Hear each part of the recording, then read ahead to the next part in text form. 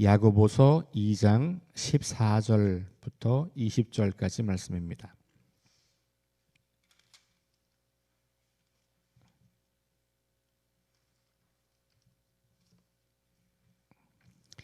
야고보서 2장 14절부터 20절 말씀까지 우리 함께 한 목소리로 말씀을 봉독합니다. 내 형제들아, 만일 사람이 믿음이 있노라 하고 행함이 없으면 무슨 유익이 있으리요? 그 믿음이 능히 자기를 구원하겠느냐? 만일 형제나 자매가 헐벗고 일용할 양식이 없는데 너희 중에 누구든지 그에게 이르되 평안히 가라, 덥게 하라, 배부르게 하라 하며 그 몸에 쓸 것을 주지 아니하면 무슨 유익이 있으리요? 이와 같이 행함이 없는 믿음은 그 자체가 죽은 것이라. 어떤 사람은 말하기를 너는 믿음이 있고 나는 행함이 있으니 행함이 없는 내 믿음을 내게 보이라. 나는 행함으로 내 믿음을 내게 보이리라 하리라. 내가 하나님은 한 분이신 줄을 믿느냐? 잘하는도다. 귀신들도 믿고 떠드니라. 아, 허탄한 사람아, 행함이 없는 믿음이 헛것인 줄을 알고자 하느냐. 아멘. 여기까지. 오늘 말씀은 14절부터 26절까지의 단락이지만 이제 둘로 나누어서 20절까지 말씀을 보았고요. 그리고 내일 이제 21절부터 26절 말씀을 볼 텐데 14절에 이제 도입부가 있어요. 그 내용은 행함이 없는 믿음은 소용이 없다. 구원에 이르는 믿음이 아니다. 이렇게 이야기를 하고 그 예를 네 가지를 드는 겁니다. 그 네 가지를 드는데 오늘은 이제 두 가지를 보았고 이제 내일 두 가지를 볼 텐데 20절까지 오늘 읽은 말씀은 행함이 없는 믿음에 대한 예예요. 내일 볼 것은 행함이 있는 믿음에 대한 이해.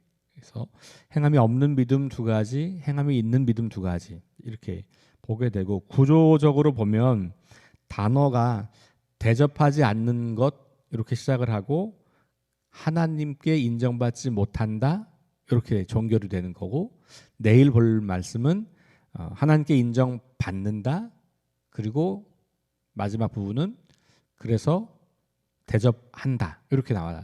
그러니까 대접한다, 대접하지 않는다, 대접한다, 하나님께 인정받지 못한다, 인정받는다 이렇게 이제 되어 있다 이렇게 보시면 될 것 같고 오늘 이제 첫 번째 단락은 헐벗고 굶주린 자가 있는데 행함으로 그에게 도움을 주지 않으면서 말로만 평안하라, 덥게 하라, 배부르게 하라라고 하는 것은 믿음이 아니다 이런 이야기를 하는 거죠. 뭐 너무 쉬운 이야기여서 설명할 게 없는 것처럼 보이지만 다시 우리가 이제 생각해 보는 것이죠. 우리가 오랫동안 성경을 가지고 믿음 생활을 해오면서도 사실 이런 말씀들이 있는 것을 찾아보면 알지만 우리 일상의 삶에서는 그렇게 잘 강조가 되지 못했던 부분들이에요. 믿음을 너무 강조했기 때문에. 그래서 믿음으로 말미암는 구원 이 이야기로 거의 우리 신앙을 이야기했기 때문에 다른 거는 중요하지 않고 다른 거는 안 해도 되는 거고 믿음으로 말미암는 구원 예수 믿는 거 나 믿어요 라고 하는 그 자기 고백 혹은 구원의 확신 이런 거 있으면 나머지는 다 없어도 되는 것처럼 여겨진 거죠. 사실은 그렇게 말하지 않았을 거예요 목사님들도. 그런데 그 뒷이야기는 자꾸 생략하는 거죠. 왜냐하면 이 믿음을 갖는 것이 너무 중요하니까. 그러다 보니까 우리도 모르는 사이에 성경에 너무 명백하게 나와 있는 이런 사실들이 우리에겐 잘 기억되지 않거나 실천적으로 잘 적용되지 않는 부분들이 있는 거예요. 이건 좀 하다가 못해도 괜찮아. 난 예수 믿으니까 구원 받았어. 이렇게 자꾸 우리의 행함 없음을 믿음으로 말미암는 구원 교리로 혹은 내 안에 있는 구원의 확신으로 정당화시켜 버렸던 모습은 아닌가 그런 생각을 해보는 거죠. 근데 그런 의미에서 야고보서가 성경에 들어있다고 하는 것은 굉장히 중요한 균형을 잡아주는 것이다라고 말할 수 있겠습니다. 자, 그러면 여기 지금 행함이라고 하는 것이 오늘 구체적인 예로는 뭐 나누어 헐벗고 굶주린 사람에게 돕는 것이긴 하지만 우리 1장으로 좀 연결해 보면 또 뭐 2장 전반부까지의 이야기로 연결해 보면 말로 상처를 주거나 판단을 하거나 혹은 차별하는 행위들, 이런 행위들은 믿음과 관련이 없는 행위들인 거예요. 반대로 말로 상처를 주고 판단하고 차별하는 일은 행함이 없는 믿음을 가진 사람들의 행위들이라고 보는 거예요. 그러니까 이제 그런 것이 오늘 14절에 있는 말씀처럼 14절은 단정적으로 말하잖아요. 그런 사람에게는 구원이 없다 이렇게 이야기해요. 그런 믿음으로는 구원에 이를 수 없다라는 거예요. 그러니까 말로만 고백하고 입술로만 시인하고 마음속에 구원의 확신이 있다고 해서 구원이 가능한 게 아니야. 야고보서는 거기에 정면으로 지금 도전을 하고 있는 거거든요. 자, 디도서 1장 16절 말씀에 이런 말씀이 있어요. 저희가 하나님을 시인하나 행위로는 부정하니. 이렇게. 자, 하나님을 시인하지만 행위로는 부정한다. 이 말은 뭐예요? 말로는 하나님을 인정하는 것 같지만 그의 삶의 행위로는 하나님이 없는 것처럼 살더라 이런 얘기잖아요. 그러니까 실제로는 그럼 믿지 않는다는 거예요. 그게. 그래서 다시 읽으면 저희가 하나님을 시인하나 행위로는 부정하니 가증한 자요 복종치 아니하는 자요 모든 선한 일을 버리는 자니라. 그러면서 그들이 결국은 멸망에 이를 거다라고 하는 이야기를 하는 거거든요. 야고보서가 이 디도서의 이 말씀과 맥을 같이 하고 있는 거예요. 자, 그러면 자꾸 우리가 이제 갈등이 생기는 건 뭐냐면 믿음으로 구원받냐 행위로 구원받냐 이게 마치 대치되는 것처럼 우리가 이제 여겨지기 때문에 그런 건데 야고보가 문제 삼는 것은 믿음의 대상이 아니라 잘 들었어요. 믿음의 대상이 아니라 믿음의 방식인 거예요.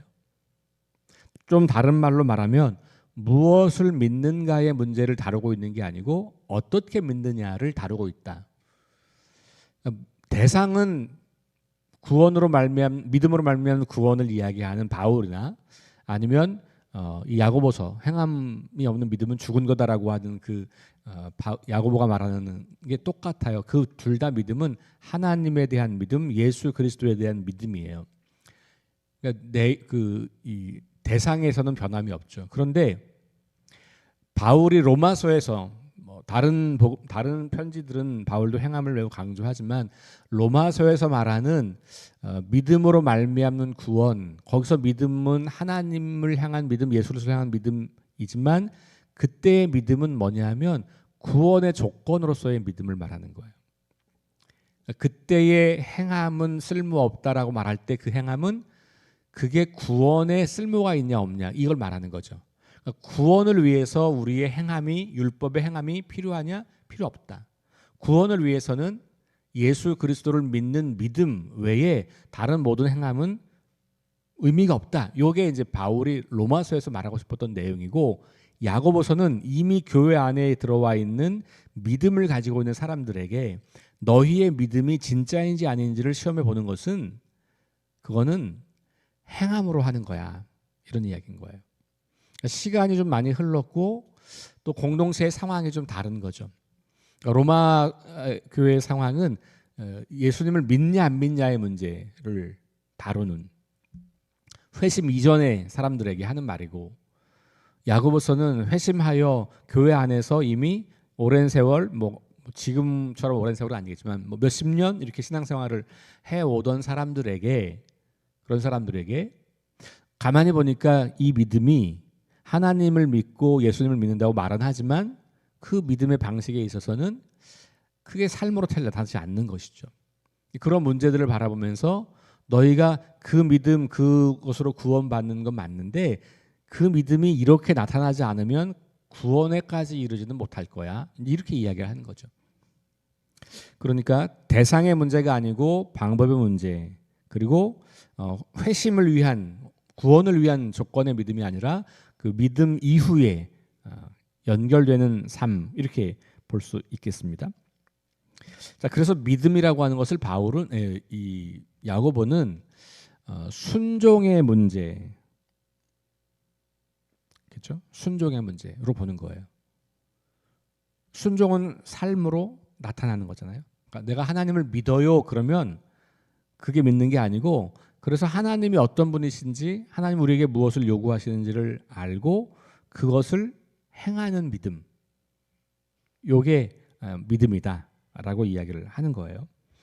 만약에 순종의 믿음이 아니면 내가 믿고 있는 그 대상이 실은 우상으로 변질하기가 쉽습니다.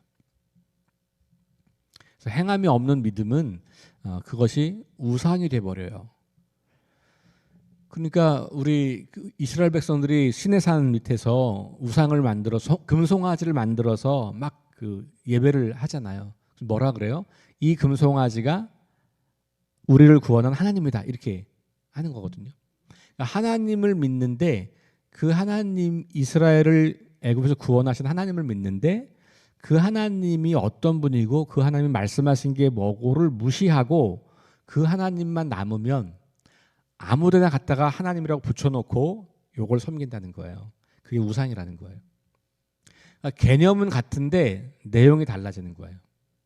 그러니까 이스라엘 백성들에게 우상 숭배는 그들이 우상을 숭배한다고 생각한 게 아니었던 거예요. 그 당시 출애굽해서 시내산 밑에서 모세를 기다리다가 하도 안 오니까 자기들끼리 모여서 금송아지를 만들어 놓고 우리의 지식, 애굽에서 우리를 인도하여낸 하나님, 그 지식이 있어요. 그걸 너무나 잘 알아요. 그런데 그 하나님을 금송아지에다 갖다 놓고 금송아지에게 절하기 시작하는 거거든요. 그러니까 그러면 그게 하나님을 믿는 거냐? 애굽에서 구원한 하나님을 정말 믿는 거냐? 아닌 거예요. 우상이 돼버린 거고, 자기들은 그냥 하나님을 믿는다고 믿고 있지만 모세가 보기에는 우상을 섬기고 있는 것. 근데 그럴 수 있다는 거예요. 우리가 나는 분명히 하나님을 믿고 있어. 그런데 하나님을 믿고 있다고 말하는데 내가 살아가는 방식은 하나님이 생각하는 삶과는 전혀 관계가 없다. 그러면 우리는 하나님을 믿는 게 아니고 그 하나님의 이름을, 그 하나님의 어떤 이걸 다른 데다가 옮겨놓고 그것을 내가 믿고 있는 거다. 그래서 우상 숭배가 될 수 있다라는 이야기를 하는 거죠.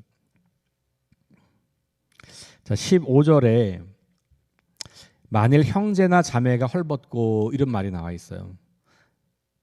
자, 제가 어제도 우리 형제들아, 사랑하는 형제들아 이런 표현을 통해서 공동체, 그리스도 안에 있을 때 우리는 한 가족 공동체다. 우리 지난주에 들었던 말씀의 세 번째잖아요. 그죠? 우리 자신에게 대해서 하는 말 세 번째, 우리는 그리스도 안에서 한 가족 공동체다. 그래서 형제 자매라고 부르는 거잖아요. 그게 호칭이 아니라 실제로 하나님을 한 아버지로 모시고 있는 가족이기 때문에 형제 자매로 부르는 거거든요. 그래서 저는 개인적으로는 우리 교회에서도 서로를 형제 자매로 부르는 게 훨씬 좋다고 생각해요. 직분 부르지 말고. 우리는 뭐 장로님, 집사님, 권사님 호칭 부르기 애매해서 집사를 줘야 되는 상황이잖아요, 지금. 그렇죠. 뭐라고 부를 수 없고 오면 다 그냥 집사님이에요, 다. 그냥 다 집사님으로 부르는 거예요, 우리는. 그러니까 이게 직책도 아니고 직능도 아니고 이제는 그냥 호칭이 돼 버린 거죠. 그러니까 사실은 우리가 이렇게 장로님 이렇게 부르는 것보다 형제님, 이게 더 정확한 표현이에요. 엄밀히 말하면. 초대교회는 그렇게 부른 거예요. 사실 지금 가톨릭 교회는 그렇게 부르거든요. 가톨릭 교회는요, 그냥 다 형제님, 자매님으로 불러요. 우리처럼 이런 성도들의 직제가 없어요. 한편으로는 그게 더 맞다는 생각이 들기도 해요. 그러니까 뭐냐 하면 그렇게 부를 때 우리는 우리가 형제 자매라는 걸 계속 인식하는 거죠. 근데 우리가 직책으로, 이 직분으로 부르잖아요. 더구나 지금 우리 한국교회는 이 직분이 약간 계급화되어 버렸기 때문에 높다 낮다 이렇게 말하는 분들도 많이 계시고, 올라간다 뭐 이런 표현을 하는 것 자체가 벌써 계급이 된 거거든요. 그러니까 벌써 이 구조가, 교회 안에서 서로를 대하는 구조가 권위적인 구조가 되는 거예요. 그리고 이게 어떤 관료 사회처럼 돼버리는 거죠. 그러니까 교회 안에 높은 사람 낮은 사람이 있는 거고 교회 안에 어떤 사람은 더 영향력이 있고 어떤 더 없고 이렇게 이미 호칭 자체가 그런 것을 우리에게 알게 모르게 말하고 있는 거예요. 그러니까 정확하게는 형제 자매로 부르는 게 훨씬 좋은 거다. 그래야 그게 우리 정체성에 걸맞는 것이죠. 가족들끼리 무슨 직분을 불러요. 제가 집에서 우리 아이들이나 제 아내가 저한테 목사님 그렇게 안 해요. 그렇잖아요. 그냥 아빠, 남, 여보, 뭐 아빠 이렇게 부르죠. 그럼 우리끼리는 형제 자매면 형제 자매로 불러야지. 아니면 형, 누나, 이렇게. 제가 우리 장로님께 누님 이렇게 불러야. 그렇죠. 이 권사님들도 다 누님이잖아 저한테. 누님. 예. 약간 좀 재미있는 상황이 되죠. 근데 이제 실제로 우리가 가족 같은 공동체라고 할 때 호칭은 참 중요한 것 같아요. 우리가 이제 그렇게 하자는 얘기는 아니지만 뭐 오랫동안 이렇게 우리가 습관을 가지고 와서 그렇긴 하지만 근데 좀 친해지면 그렇게 하잖아요. 우리 교회 안에서도 좀 친해지면 직분 안 부르시죠. 친한 분들한테는 그냥 서열 정해서 언니 뭐 이렇게 하고 하잖아요. 사실 그게 모든 성도들도 그렇게 하는 게 가족 공동체인 거잖아요. 그러니까 우리가 이 가족 공동체라는 게 그냥 개념이 아니고 신학적인 교리적인 개념이 아니고 실제 우리의 삶에서 그걸 경험하는 것이 중요하다. 자, 야고보서가 지금 오늘 본문 말씀에서 봐라 형제다 자매가 이런 말이라면 그럼 이 공동체 안에 이 야고보가 지금 편지를 보내고 있는 이 교회 공동체 안에서 형제나 자매 이걸 말하는 거예요. 혈연 관계의 형제 자매가 아니고요. 교회 공동체 안에 있는 형제 자매 중에 누군가가 이렇게 말하는 거죠. 그러니까 이미 그 표현 가운데 가족이라고 하는 것을 염두에 두고 있는 거잖아요. 자, 그러면서 여기 양식이 없는데라고 말하고 있는 그 없다, 없는데라고 하는 이 단어는 시제를 보면 완료형이거든요. 헬라어로 볼 때, 그러니까 완료형은 뭐냐 하면 예전부터 그래왔고 앞으로도 쭉 그럴 거라는 거예요.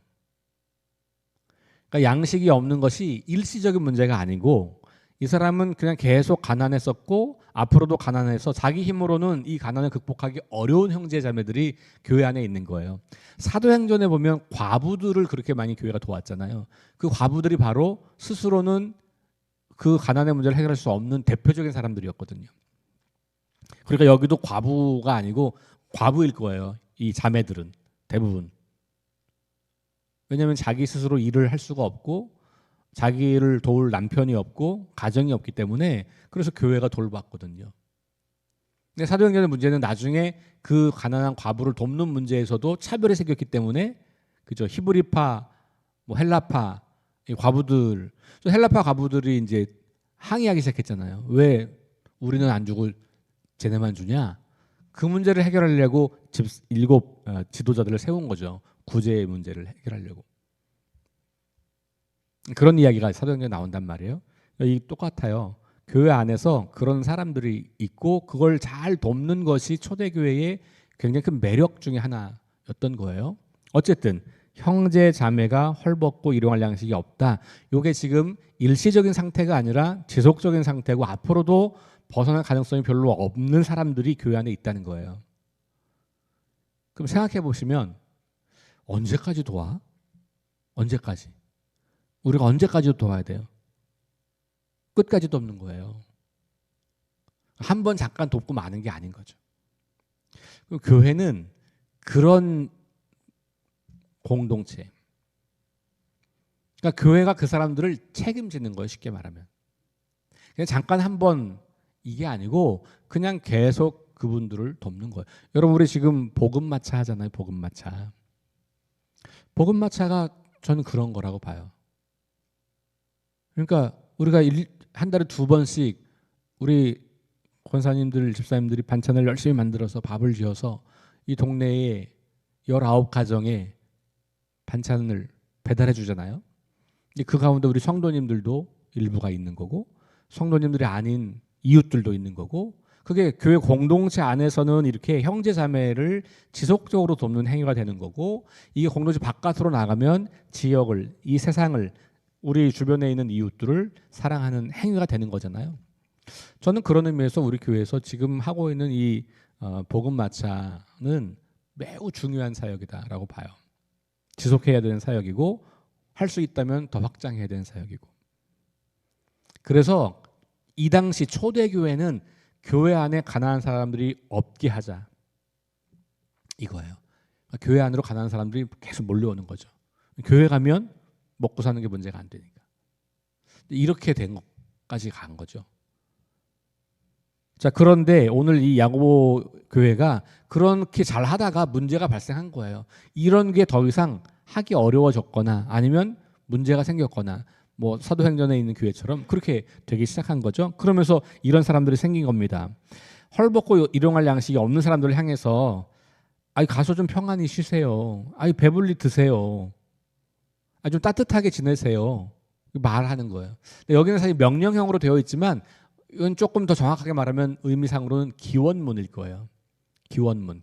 다시 말하면 하나님이 형제 자매님을 평안하게 하실 겁니다. 하나님이 형제 자매님을 따뜻하게 해주실 겁니다. 하나님이 형제 자매님을 배부르게 할 겁니다. 아니면 기도하는 거. 하나님, 저 형제 자매가 지금 헐벗고 굶주려 있는데 빨리 그 상태에서 벗어나게 해주세요. 기도하는 거예요. 근데 그거 가지고는 안 된다는 거예요. 우리도 기도는 하잖아요. 그죠?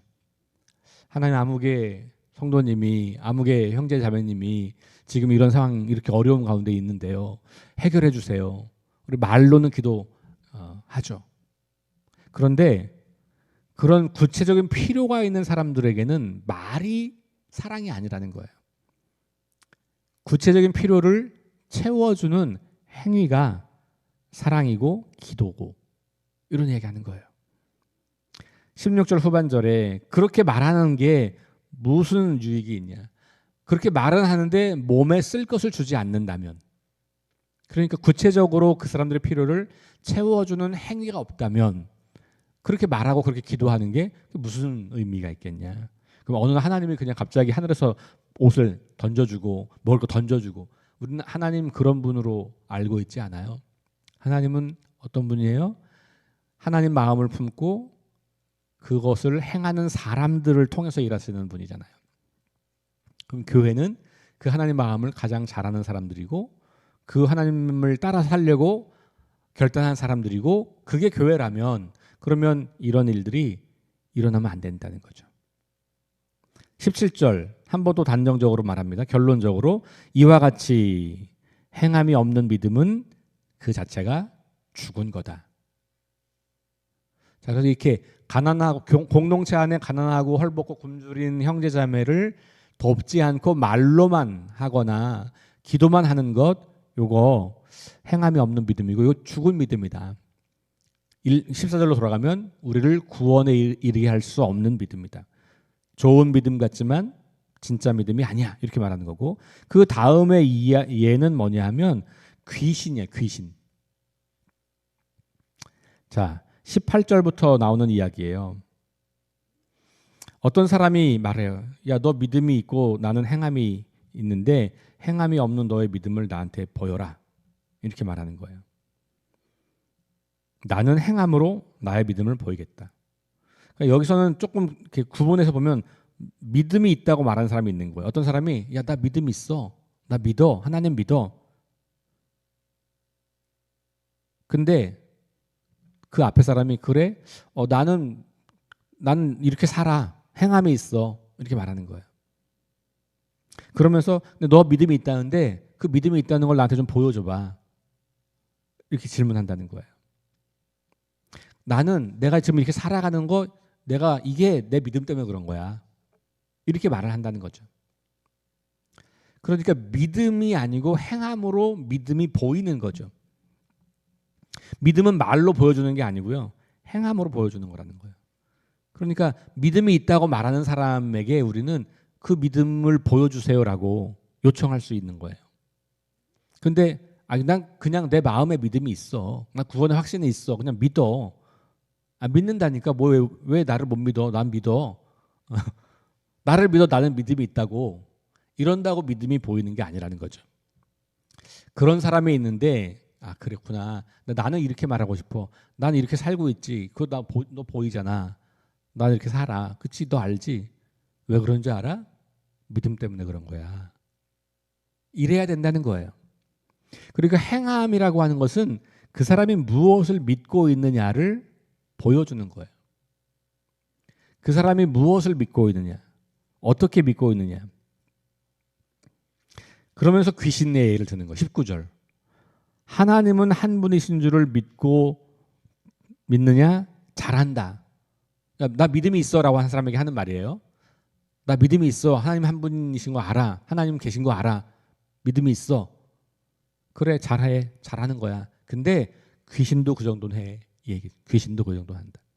그러니까 귀신도 하나님의 존재를 알고 하나님이 누구신지를 안다는 거예요. 그런데 그 귀신은 하나님을 두려워하지 않고 하나님 말씀에 순종하지 않고 하나님을 대항하는 사람이야.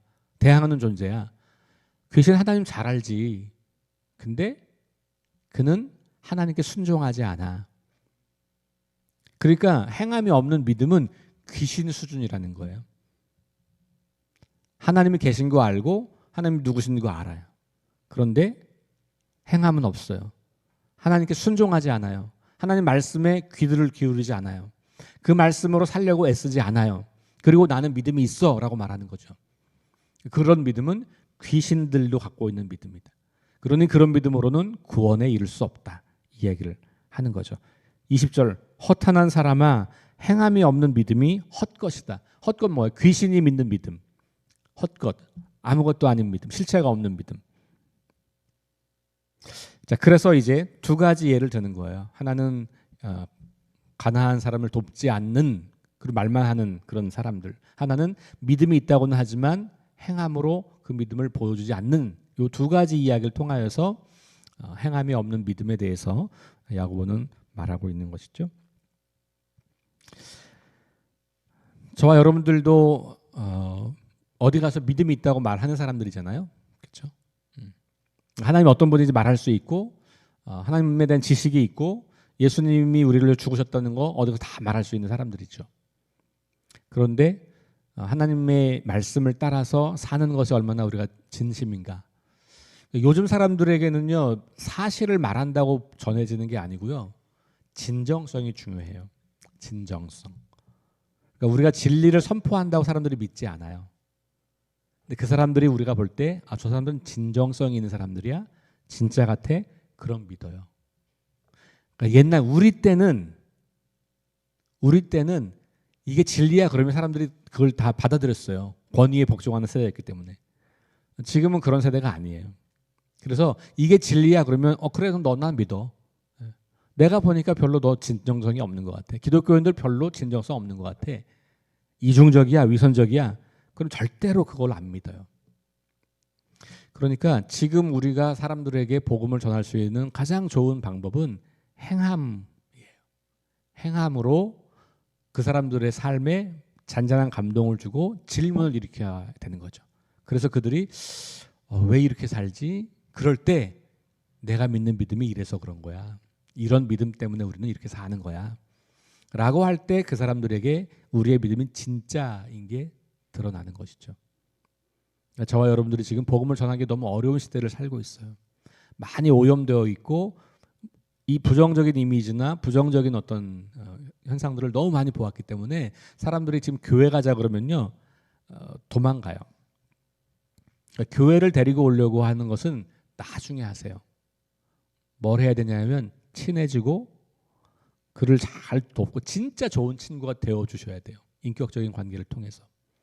그리고 그에 필요한 것들을 공급해주는 사랑의 행위들을 행하시다가 그가 질문이 생기거나 결정적인 기회가 있거나 그의 고민을 들어주다가 복음을 제시할 수 있는 거예요.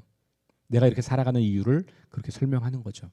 처음부터 교리를 들이대면서 설명하고 이게 지금은 통하지 않는 시대가 되었다. 저는 그런 의미에서 이 야고보서가 지금 오늘 이 시대 우리에게 굉장히 중요한 책이 아닌가 싶어요. 우리 이번 한 달 동안 야고보서를 여러 차례 좀 반복해서 읽고 묵상하고 기도하시면서 우리의 신앙생활을 행함이 있는 신앙생활로 지금도 잘 하고 계시는 부분이 분명히 있으시겠지만 전반적으로 우리의 삶을 좀 다시 점검하시면서 행함이 있는 믿음을 향하여 한 걸음 한 걸음 더 앞으로 나아가는 저와 여러분 될 수 있기를 주의 이름으로 축원합니다. 기도하겠습니다. 하나님, 머리로 알고 있는 것, 그것이 우리 삶으로 드러나지 않고 있는 것이 우리 연약함 중에 하나입니다. 애를 쓰고 노력하지만 쉽게 되어지지 않는 것을 우리는 경험합니다. 이미 하나님의 은혜와 사랑으로 구원을 받았지만 구원받은 사람답게 그렇게 살아가는 것은 많은 시간의 훈련과 연습이 필요하다는 것을 깨닫습니다. 특별히 우리가 믿는 바 그 하나님의 사랑과 은혜와 공의를 알고 있다면 우리의 삶에서 그 사랑과 공의, 그 은혜를 우리도 살아내야 할 텐데 그 삶이 쉽지는 않습니다. 그러나 주님, 오늘 다시 이 말씀을 주셔서 용기를 내보려고 합니다. 우리 마음속에 있는 믿음이, 우리 생각 속에 있는 믿음이 우리의 손과 발을 통하여서 구체적인 행동으로 나타날 수 있도록 우리를 이끄시고 우리가 그 말씀에 순종하는 하루 될 수 있도록 인도해 주옵소서. 그리하여 우리의 믿음이 행함이 있는 믿음, 우리를 구원으로 이끄는 믿음이 될 수 있도록 역사하여 주옵소서. 예수님 이름으로 기도합니다. 아멘. 우리 함께 합심해서 기도합니다. 성령의 능력으로 하나님 나라를 증언하고 살아내게 하소서. 하나님 말씀이 기준이 되게 하소서. 질병과 전쟁과 자연재해, 가난과 억압으로 고통당하는 사람들을 치유해 주소서. 거룩한 습관을 형성하여 균형 있는 성장을 이루게 하소서. 다음 세대에게 하나님 나라 복음을 전수하게 하소서. 창조질서 회복을 위해 힘쓰게 하소서. 우리 함께 기도합니다. 주님 은혜를 감사합니다.